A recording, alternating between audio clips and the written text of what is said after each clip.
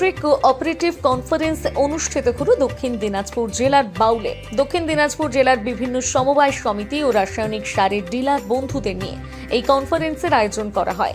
এই কনফারেন্সে উপস্থিত ছিলেন ইনকোর রাজ্য বিপণন প্রবন্ধক ডক্টর প্রকাশ দত্ত, ডিডিএ অ্যাডমিন পার্থ মুখার্জি, নাবার্ড অধিকর্তা তীর্থঙ্কর বিশ্বাস, ইফকোর মালদা বিভাগের ফিল্ড অফিসার সুভাষ সুহেরি, দক্ষিণ দিনাজপুর জেলার ফিল্ড অফিসার কৃষ্ণানু দে সহ অন্যান্য আধিকারিকরা।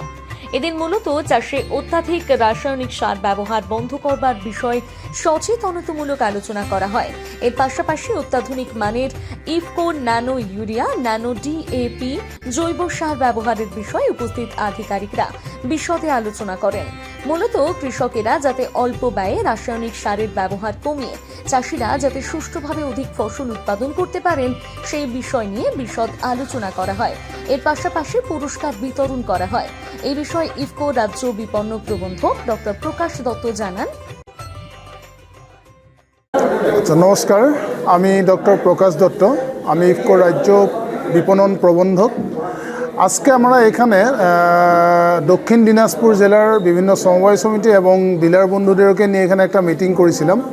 সেখানে মূলত দুটো জিনিসের উপরে ফোকাস করা হয়েছে। একটা হয়েছে নীতি নিয়ম মেনে কীভাবে আমরা রাসায়নিক সারের ব্যবসায় করতে পারি, আর 2 নম্বর কথা হয়েছে রাসায়নিক সারের অত্যাধিক ব্যবহার কমিয়ে কীভাবে আমরা নতুন প্রযুক্তিগুলোকে দিয়ে, যেমন আমরা ন্যানো ইউরিয়া, ন্যানো ডিএপি হোক, বায়ো ফার্টিলাইজার হোক, জৈব সার হোক, ন্যাচারাল পটাশ হোক, এগুলো দিয়ে কীভাবে চাষবাস করা যায় এই নিয়ে একটি কর্মশালা করেছিলাম। মূলত এই কর্মশালা থেকে কী কারণের জন্য করা হয়েছিল? অ্যাকচুয়ালি আমাদের একটু উদ্দেশ্য হয়েছে কৃষকদের অবধি পৌঁছাতে হবে আমাদেরকে, কিন্তু ভারতবর্ষের গ্রামেগঞ্জে কৃষকরা মূলত যারা সার ব্যবসায়ী তাদেরকে কথাই বিশ্বাস করে আর ওনাদের কথা মতো ওনারা চাষবাস করেন।